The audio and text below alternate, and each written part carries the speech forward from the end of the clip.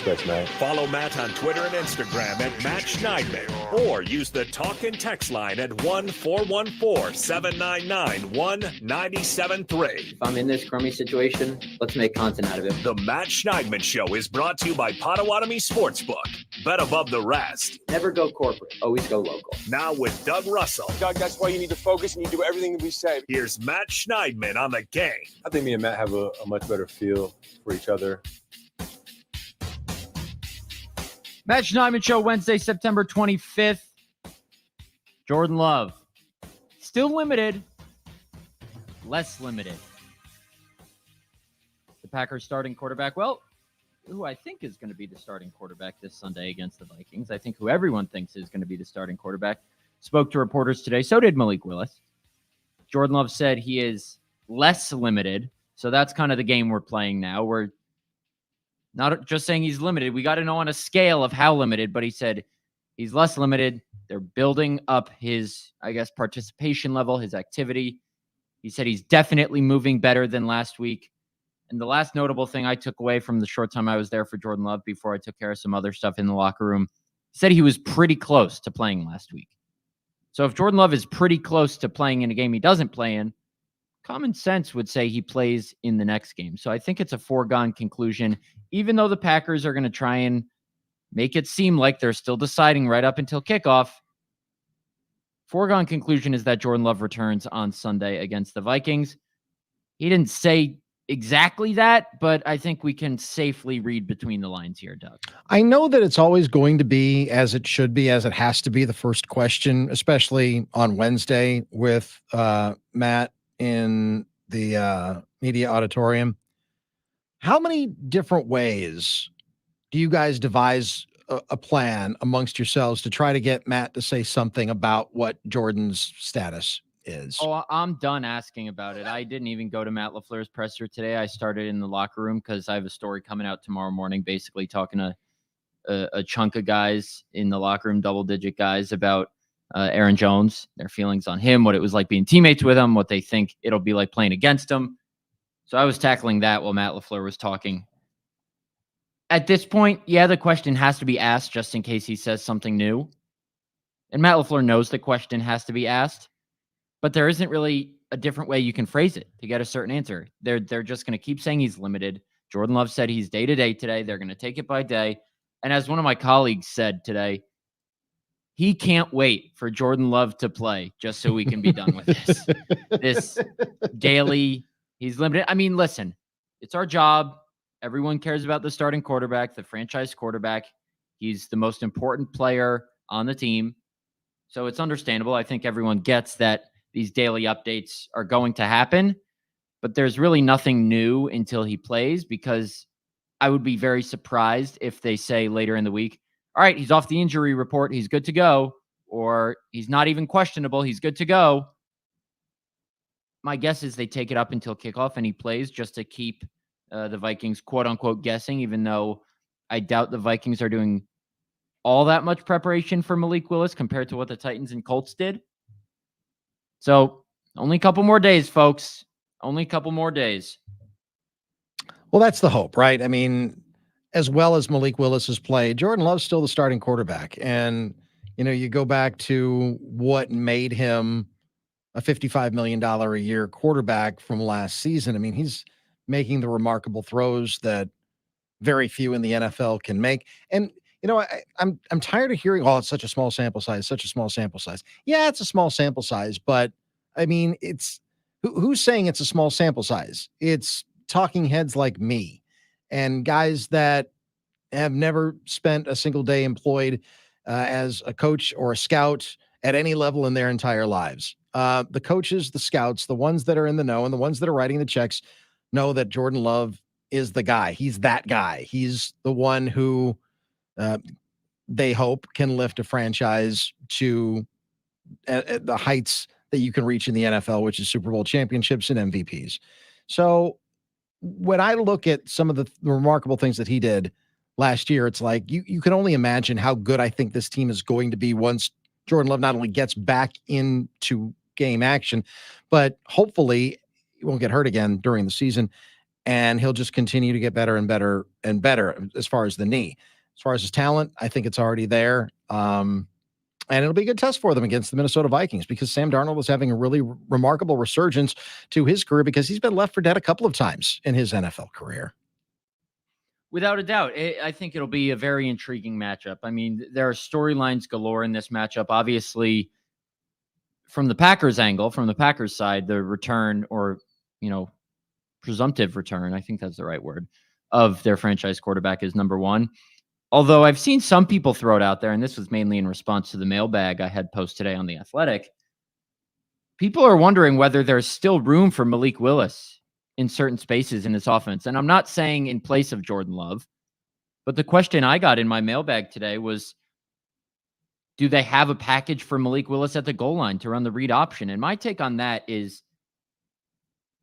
you don't want it to be too predictable what you're going to do with Malik Willis when you bring him in. The Vikings know that you're most likely not going to pass the ball because if you bring Malik Willis in, although he has impressed with his arm, if you bring Malik Willis in to pass the ball instead of Jordan Love, that would seem silly. But you can run the option. Malik Willis can take it himself or he can hand it off. We saw he can do that effectively inside the 10-yard line on Sunday against the Titans. But again, Jordan Love can do that too. Remember that play against the Saints in the fourth quarter last year where he did pretty much the same thing and then, juked out Demario Davis at the goal line pretty much. If you bring in Malik Willis, in my mind, maybe I'm wrong, you take away 1/3 of the options of what you can do. Sure, you can still do the quarterback running and the handoff, but you take away the pass. Malik Willis can still pass, but you're not taking out Malik Willis or bringing in Malik Willis for Jordan Love in a passing situation. So I think the main way you're going to see them on the field together is just that, in 2 quarterback sets. And I would be surprised if Matt LaFleur does that unless he's really feeling himself.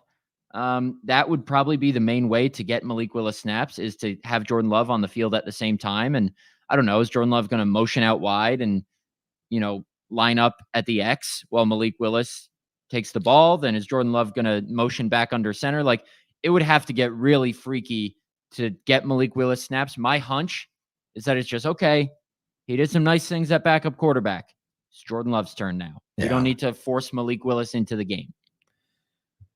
Exactly. And if there are 2 quarterback sets that are going to be on the field at the same, running a play, I mean, it's a gadget play. It's not something that is going to win you a game, I don't think, because you're kind of telegraphing that you're doing something weird. Maybe, I don't know, if you're getting blown out or blowing somebody else out, you try something like that. But I don't know, then there's a whole different connotation of you trying to rub it in with some, some gadgetry against an opponent that you've already pretty soundly beaten. I just don't see it. I see Malik Willis coming in if Jordan Love, God forbid, gets injured again, or if, there's that blowout scenario, but it's with Jordan Love on the sidelines, grabbing a clipboard saying, oh, okay, my day is done. With his knee still healthy. I mean, that's the only way I think the Packers fans should want to see Malik Willis on the field. He's done a great job. He's done an incredible job. But Jordan Love's the guy. He's your guy. He's that guy. If you want Malik Willis on the field, I only see it in some sort of lopsided score situation as long as Jordan Love is healthy. And like I said yesterday, there is a chance that Jordan Love doesn't play well on Sunday if he returns. There's a chance he has a rough stretch. There's a chance consistently throughout the rest of the season, if he stays healthy, he doesn't live up to the level that he showed the second half of last year. It could be a natural regression, and that's fine. It's maybe unrealistic a little bit, although I'm sure the Packers hold him to that standard, for him to play consistently at the level he did the second half of last season. That was best quarterback in the league or top 3 quarterback in the league level of play. But you also now does the pay that accompanies his name now necessitate that? You could argue that, but I think it's okay if there's a slight drop off as long as the Packers are still winning. I just know, like I said, if Jordan Love has a rough game, there's going to be some knuckleheads in the fan base, and knuckleheads is putting it nicely, who say, oh, we brought Jordan Love back too soon, or Malik Willis is the better option right now, or Malik Willis should play more. There was also a faction of fans that thought Mark Brunell should have started over Brett Favre back in the day. I mean, it's inevitable. It happens, and it has happened. I think Packers fans, and I don't say this to be mean or anything, it's just kind of the fact of the matter. Packers fans have been more spoiled with the quarterback play in most of their lifetimes over the last 30 plus years than any other fan base in the NFL. It's been great to watch, but I mean, even before Brett Favre, John Mikowski, he couldn't stay healthy, but he was a pretty good quarterback. But there were some pretty bad quarterbacks before that, save for Lynn Dickey. He was a very good quarterback. But, you want to go back to Blair Keel and Randy Wright. My point is that Packers fans have watched 2 straight Hall of Famers. And anything short of that, I think, is going to disappoint some. That having been said, Jordan Love played incredible football last year, which is whetting the appetites for those who think that, here we go, 3 in a row, 3 for 3. Let's go, baby. Let's just keep rolling them out. And that's not realistic. It's not how it works. The early returns are outstanding. And I think Jordan Love is, again, that guy. But yeah, there could be some growing pains. There could be some regressions. There's more tape on him now too. And I think, obviously, you're going to see a change in the offense with Jordan Love coming back. The Packers have obviously had to modify things with Malik Willis. It's very rare. You might, but it's very rare you'll see Jordan Love throw the ball 14 or 19 or let's say less than 20 times a game when he's healthy, because the Packers want to take advantage of his arm. Malik Willis can throw too, but you want to utilize the run game more when he's in, obviously. I think a thing that we'll see change, and people who understand the game, and this is not an insult, but people who get what the Packers are doing might look at the receiver numbers and say, oh, well, Christian Watson disappeared for a game. Dontavian Wicks disappeared for a game. Romeo Doubs, Jaden Reed had one good game, but where's the production? They're being asked to block more than they are pass catch. Guys aren't going to have more than 4 catches in a game. I think Romeo had 5 in the first game, but wide receivers are not going to be featured pass catchers really if they're not throwing the ball more than 20 times. If Jordan Love is back, that will change. An emphasis for the receivers has been to block. No block, no rock. Matt LaFleur, as I said, shouted out the receivers for their blocking in that post-game video from the locker room the team released. Jaden Reed was asked today about no block, no rock, and he said that's the exact wording we used back at Michigan State. If you remember, Jaden Reed, after week 1, when he had 138 receiving yards, a 33-yard touchdown run, and another touchdown catch, he was asked about how he felt coming out of week 1, and he said, I missed on a couple blocks. Sure, guys can say that on the surface, and you might say, oh, they're full of crap, they care about the stats, but at least outwardly, at least publicly, these receivers seem content to just do their jobs and block if it helps the team. Watch the tape from Sunday's game against the Titans, and you'll see Tucker Kraft. You'll see Bo Melton. You'll see Dontavian Wicks. You'll see Emmanuel Wilson getting out and blocking. It takes a sacrifice if you're going to change your game plan like this, but don't fret. Those explosive plays, those, gaudy numbers will be back with Jordan Love as the quarterback, one would think. Well, here's the thing. Matt LaFleur doesn't give a rip how they win just as long as they win. I mean, that's his job. His job isn't to have pretty wins and to get everybody, their touches, their targets. His job is to devise a game plan that puts the team in the best position to win a football game. And he's done that the last couple of weeks, despite the fact that his franchise quarterback hasn't been able to play. It's just 2 weeks of just 2 masterful game plans that were executed to perfection. The phone lines are buzzing. They are. Steve in Germantown is up first. Steve, what do we got? Hey, how you guys doing? Good. How are you? I'm doing fine. A lot of topics to cover. You can go many directions, obviously, all 4, north, south, east, and west. I will talk about Tucker Kraft, though. Man, Doug, is this guy athletic or what? He's more of an athlete than I thought he was, honestly. This kid can play. And I think he's the kind of tight end that really can shine in the offense where they need median passes, 10 to 15 yards. That one catch he had where he shrugged off the defender from his shoulders, right? Come on now. Who's doing that in the league? Not many guys. He picked up another 10 yards. I love his approach in the game. I really do. Not that Musgrave is a bad tight end. I'm not saying that. But Kraft is absolutely the number 1 guy in this offense. Do you both agree? Steve, I think you're spot on. I don't think it's as much a slight to Musgrave as it is a compliment to Tucker Kraft. I brought up that play on yesterday's show. He just kind of stops on a dime, ducks under, I think it was a DB, might have been a linebacker, breaks the tackle, goes for 21 yards. Tucker Kraft is really good at yards after the catch.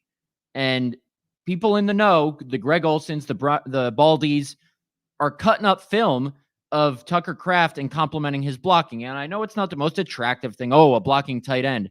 But Tucker Kraft can do both. He's a guy that is going to get a couple targets in the game. He would have had more yards if he hadn't dropped that very easy first down conversion in the game.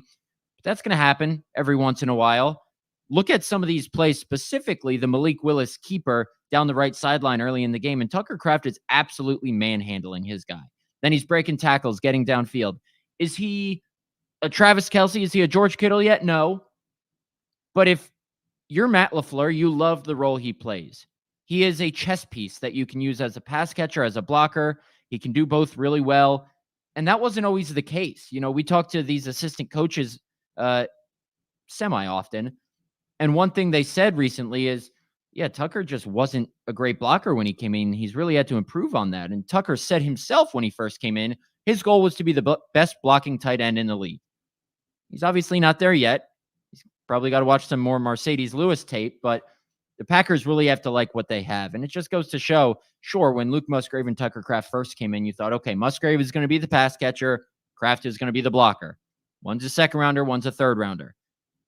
But Tucker Kraft has, and this is a credit to him, refined his skill set in both regards to earn more snaps than Musgrave in each game so far, and he's undoubtedly the number one tight end. So as Musgrave as a second rounder, I mean, this is his second season, so nobody can label anybody in their second season, I don't think, a bust. And I'm not by any stretch of the imagination. But what does he have to do to get more reps? Is it just work on his blocking, in your opinion, and that will help him get on the field a little bit more? Because as we all three of us, and certainly the coaching staff would seem to agree as well, is that Tucker Kraft has, you know, at least on the depth chart, leapfrogged him despite the fact that he's a third rounder as opposed to Musgrave's second rounder. Yeah, I think, listen, and it's not like Luke Musgrave isn't playing. He's just not playing as much as Tucker Kraft. In the first game, I think it was like 64-17 in snap distribution. So that was a different story. But in week 2, Luke Musgrave played, I think, 31 snaps, 56-31. And then on Sunday, it was like 41-35. So Luke Musgrave is still playing. He's just not getting featured as much. And like I said, these last 2 games, when Luke Musgrave has played, there are only so many targets to go around. Like, there are 6 guys that you want to get targets consistently. And that doesn't even include Josh Jacobs, Bo Melton, and Emmanuel Wilson. Mm-hmm. It's the 4 receivers and the 2 tight ends. But if you're throwing the ball 14 or 19 times, that's only an average of like 3 targets per guy. That's not a lot. So Luke Musgrave is going to get his 1 or 2, and you're going to have to ask him to block. And if he couldn't block, he's not going to play 35 snaps. And he had some big plays last year too. So, yeah. I mean, we haven't seen the best this season, I don't think, of Luke Musgrave. And, you know, when you invest a second round pick in someone, that's pretty high draft capital, they'll figure out a way to give him every opportunity to make those impactful plays again, I believe. But yeah, they just haven't, as we've said a million times, they just haven't thrown the ball that much. It'd be interesting to see how much they throw the ball when Jordan Love is able to get back out on the field, because you want him to be able to protect himself. And, you know, I would suspect there'll probably be some quick hitters, some more quick hitters than we'll probably see. But I also think we'll probably see a heavy dose of the run game as well to further limit his exposure, at least as he gets back out on the field. Let's get to a break right here on the Matt Schneidman Show, Wednesday edition. Football Feast tomorrow in Appleton. I will be there live. Don't run out of gas this time. I don't care about the radio. I don't care about my job. I care about the free food. Just don't run out of gas this time going to Appleton. I'll try not to, yeah. Ever since then, I never drive on empty anymore. Good. Which I used to always do. I always used to tempt fate. I never do that anymore. I learned my lesson, and I'll learn my lesson tomorrow. Made for a good story. I have a little less than half a tank, so I'll be fine. All right. Made for a good story. After the break, we'll get into the Vikings. This is a good team. Sam Darnold's on fire. Justin Jefferson's always good. Aaron Jones is playing well, playing efficiently. We'll dissect them on the other side of the break. Stick with us right here on the Matt Schneidman Show on the Game.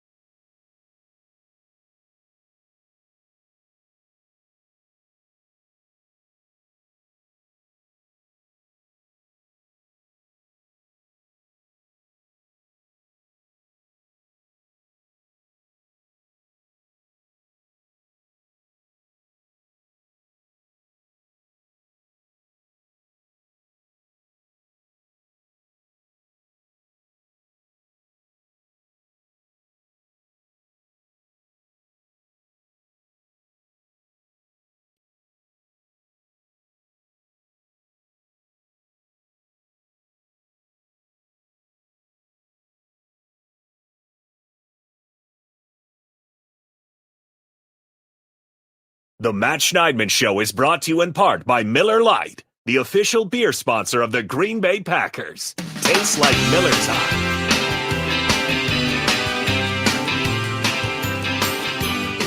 You know, Doug, if you told 21, 22-year-old Matt Schneidman that he'd have a radio show one day sponsored in part by Miller Lite, Yeah. he would have said, "You're crazy." He would have said, "Those are all my dreams coming true." All of your dreams coming true. Your show is sponsored by a beer and a casino. I think that fits you. Potawatomi Sportsbook, a new era in sports betting. I think it fits Honestly, you perfectly. I'm not a beer drinker. Haven't been really in a long time. I don't really drink anymore, but I'm still honored that Miller Lite's on board. You know who else is on board? Iron Jock. You like that smooth transition? That is nice. I drink, by the way, so I'll drink the Miller Lite for both of us. Speaking of smooth, Iron Jock's material. Now Iron Jock's long sleeve t-shirts get a turn. Now through September 29th, when you buy 2 small logo long sleeve t-shirts, you'll get a third for free. That's a $44.99 item free when you buy 2. Just enter the promo code FALLBOGO. That's FALLBOGO at checkout. Good toward both men's and women's tees. Go to ironjock.com for details. That's ironjoc.com. To the phone lines we go. They're buzzing today, Doug. They are. Everybody wants to talk. Everybody's got something to say. Everybody's got a question to ask. Ben is in Hartford. Hi, Ben. Oh, hey. Hey, Ben. Hey, Matt. Hey, Doug. Did you just say, "Hey, Ben"? Are you talking to yourself? Yeah, it was a weird transition. You did so good with the Iron Jock. You threw me off. I've noticed recently that a couple articles have started popping up about the quiet lack of production coming from Kenny Clark, while at the same point, Devontae White is actually having a phenomenal first 3 games. I think he has 3 sacks already. He had 2 maybe last weekend. And so I was wondering if, you've seen anything where the offenses are still just double-teaming Kenny Clark, and that's why we're not hearing much of him. Is his play a little bit down? Is it the change of from a 3-4 to a 4-3, so he's not a nose tackle anymore? And I just wanted to see, is there really anything there? And then the last thing I wanted to let you know is there are some meteorologists reporting that hurricane may be coming up to us on Sunday. So I hope they're incorrect and you make it to the game okay. Why'd you have to tell me that? That's a mic drop end right there.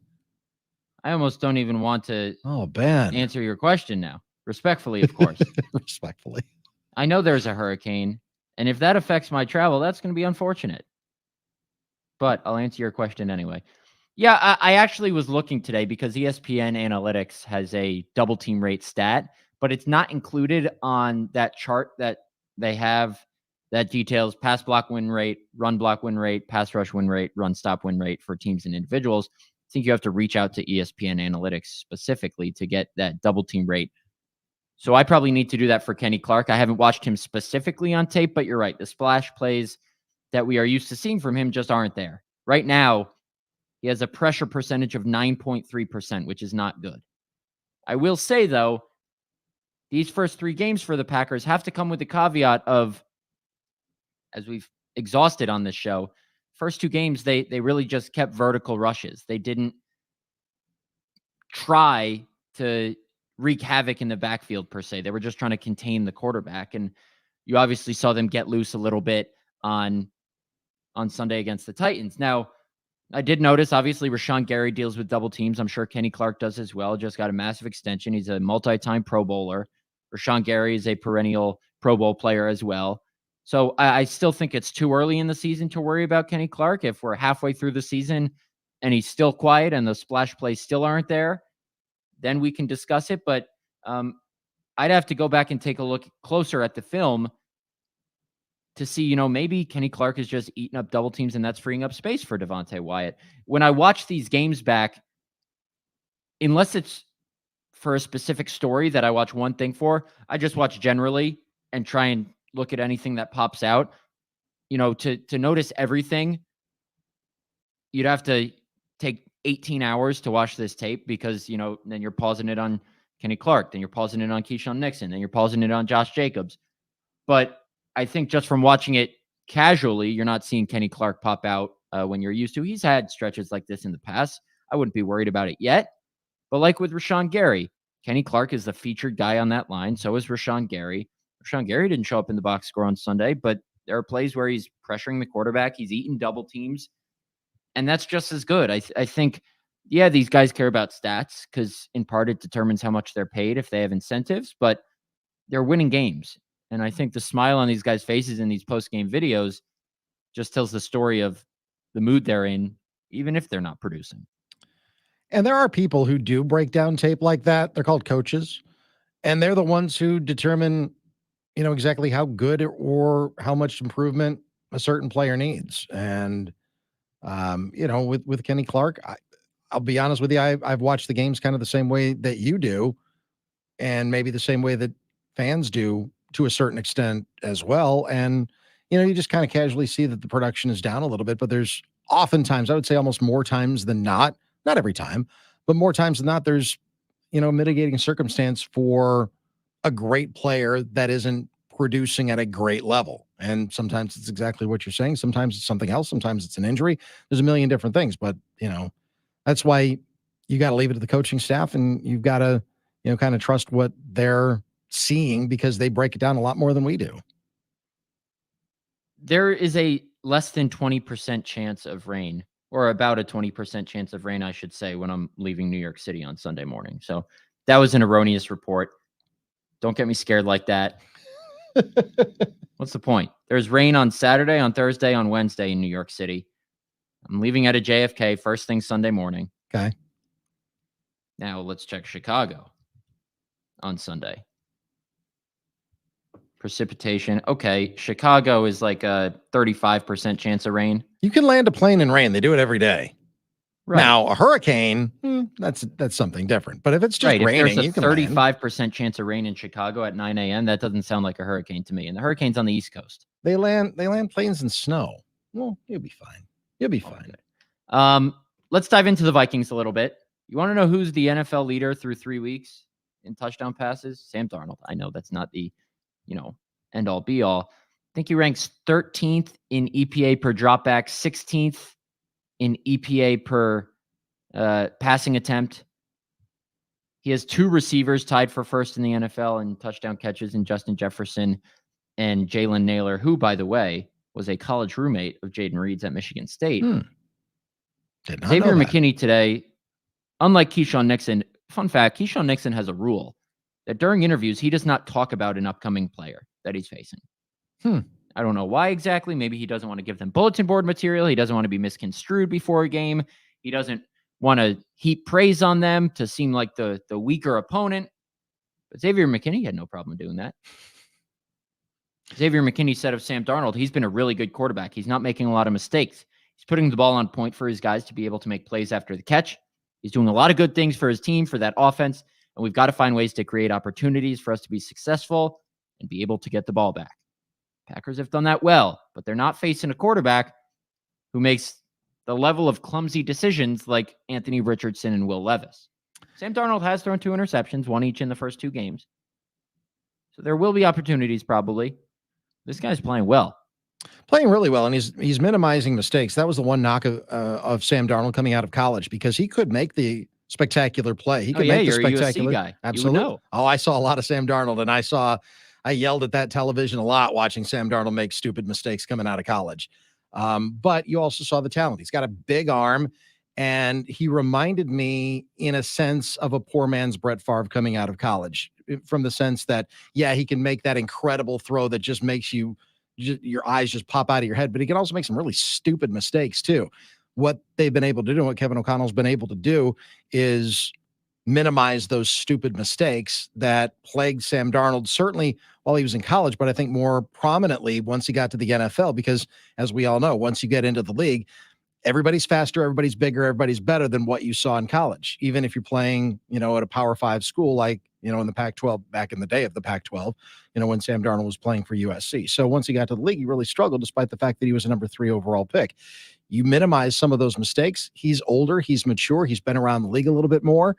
And you're seeing him flourish. You're seeing the good Sam Darnold that was always there, without some of the silliness that plagued him earlier in his career. Hopes that he has a stout running game. I think it was a unanimous thought that Aaron Jones wasn't washed up when the Packers let him walk last year, or requested he take a approximately 50% pay cut entering the final year of his second contract with the Packers. So it's no surprise that he's off to an efficient start to this year. I mean, he ranks tied for 5th all time in yards per rush among running backs. I think, Marion Motley, Nick Chubb, Jamal Charles are some of the guys ahead of him. But Aaron Jones averages 5.1 yards per rush in his career, and he's off to another efficient start this year. And that's what has helped the Vikings offense as well. And that should be to no surprise to the Packers and their fans. Aaron Jones, 42 attempts, 228 yards, 1 touchdown, 5.4 yards per rush. In the receiving game, and we know he can catch passes, 12 catches, an average of 8.1 yards per catch, and a touchdown catch. So I'm not going to sit here and say, he's gotten in the end zone twice more than Josh Jacobs. He's, it was a bad decision for the Packers to let him go. The Packers made that move with the long term in mind. Josh Jacobs is more than 3 years younger than Aaron Jones. Obviously, they hope it pays off in the immediate future as well, but Aaron Jones is playing well. I talked to a handful of guys in the locker room today, as did others, about their feelings about Jones. Kenny Clark said, him and Rashawn Gary were watching tape recently and maybe marveling is too strong a word, but impressed with how Jones has started the season. They know what he's like. They saw him in practice every day. Kenny Clark saw Aaron Jones in practice every day for 7 years. He knows you got to gang tackle him. He's tough to bring down. We've gone through the stats last year about how Aaron Jones' yards after contact per rush numbers were better than A.J. Dillon's, despite his smaller frame. Sure, Aaron Jones had some fumbles here and there, but Aaron Jones is a really good running back. Still is. Not 30 yet. Contrary to popular belief, you don't just explode as a human being in the NFL, especially a running back when you're 30. This guy's gonna pose some problems on Sunday, and he told local reporters in Minneapolis today that he is going to Lambeau Leap if he gets in the end zone. I hope he'll be received well. He's Aaron Jones. Come on. I know in the heat of the moment, I don't know though. I know he's wearing a different colored shirt, but come on. No, not during the game. Josh Myers said it today when I talked to him. He said it'll be a positive reaction before the game, but during the game, if you're a Packer fan, sure, you can hope for, and I'm not trying to tell anyone how to fan, even though I'm about to. If you're a Packer fan, like if a Yankee goes to the Red Sox and comes back and plays the Yankees, you show respect to him before the game. Mainly because it wasn't his decision to leave. He wanted to stay. Mm-hmm. During the game, though, you can't cheer for him. If he Lambeau leaps, you playfully push him off. Maybe not with malice, but you say, get out of here. Then after the game, especially if the Packers win, you show him some more love.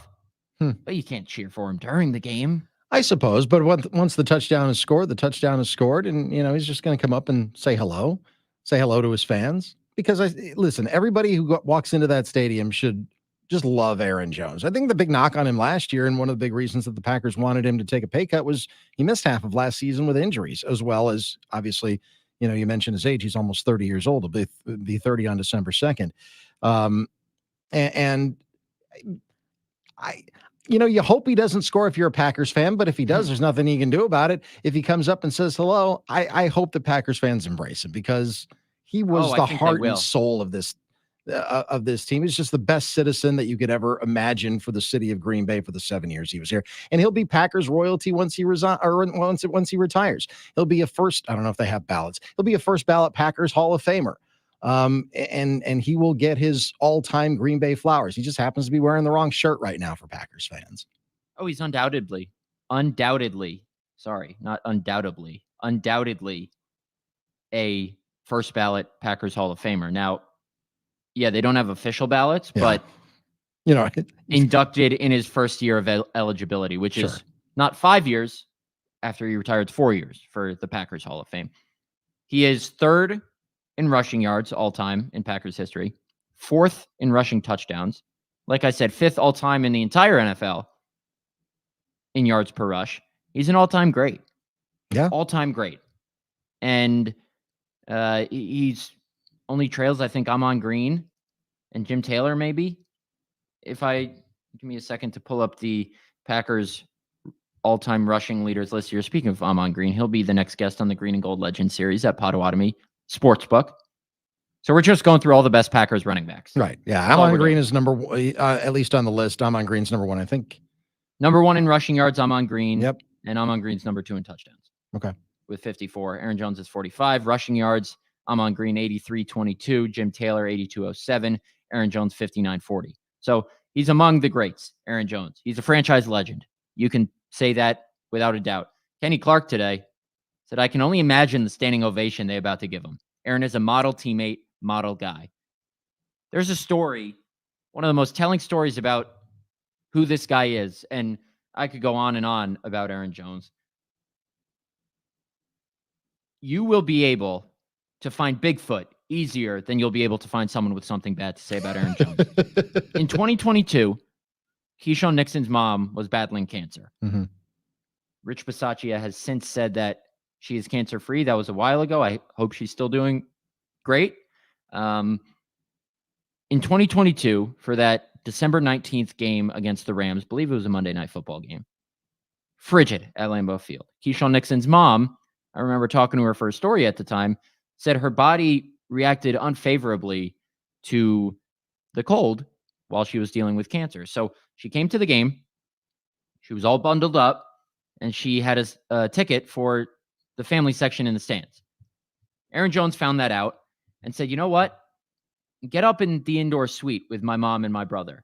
So Keyshawn's mom watched the game from Aaron Jones' family suite. And she was like, he didn't have to do that. I really enjoyed spending some time with his mom and his brother. It just goes to show the kind of guy Aaron Jones is. And sure, some of these guys will put on a smile for the camera, and teammates will say nice things about them with a microphone in your face. And there are a handful of guys like that who people behind closed doors don't have as nice things to say about. I've never heard a bad word uttered about Aaron Jones in any public or private conversations I've had. No, same. And just kind of peeking behind the curtain a little bit, my wife knows a lot of the same people that Aaron knows because she played tennis at UTEP. And she knows all the training staff. She knows all the equipment staff. She knows, I mean, she used to hang out with the football staff and football players when she was there. And we went back during the bye week, I think 2 or 3 years ago. And just a lot of the same people are still there. And they were asking me, how's Aaron? We love Aaron. Aaron was such a great, I mean, just the same thing that you're saying. You will find, I mean, Jimmy Hoffa will be easier to find than somebody that has something bad to say anywhere. Isn't Jimmy Hoffa dead? Yeah. And they don't know where he's buried. Right. There is a theory, for what it's worth, that he was buried under third base at County Stadium in Milwaukee. But I don't think that's true. There was that theory that was out there, though, along with the end zone at the old Meadowlands Stadium, the old Giant Stadium. So you're not going to find, the point being is you can go all the way back, at least to college, and he went to high school in El Paso as well. You cannot find anyone in Aaron Jones' past that has one bad word to say about Aaron Jones. And yeah, so I'm looking forward to reading your article tomorrow. Thanks. Let's get to one more break. On the other side, we'll wrap up some loose odds and ends, preview the football feast tomorrow in Appleton. Get you set for this Packers-Vikings tilt on Sunday at Lambeau Field. Stick with us right here on the Matt Schneidman Show on the Game. My body's where they're at. Now I'm gone, but you're still laying next to me. 1 degree of separation. I put your back together, and if that's true, you'll just have to taste me when he's kissing you. If you want forever.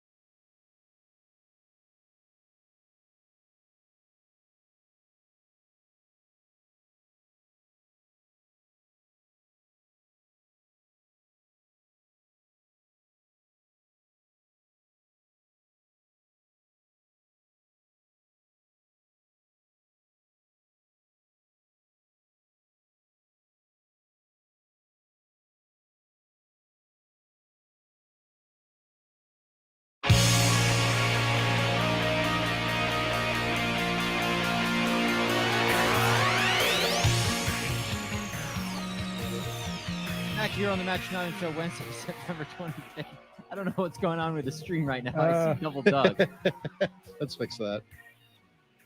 Is that something on my end or on your end? I think it's on my end. There we go. There we go. Sorry about that.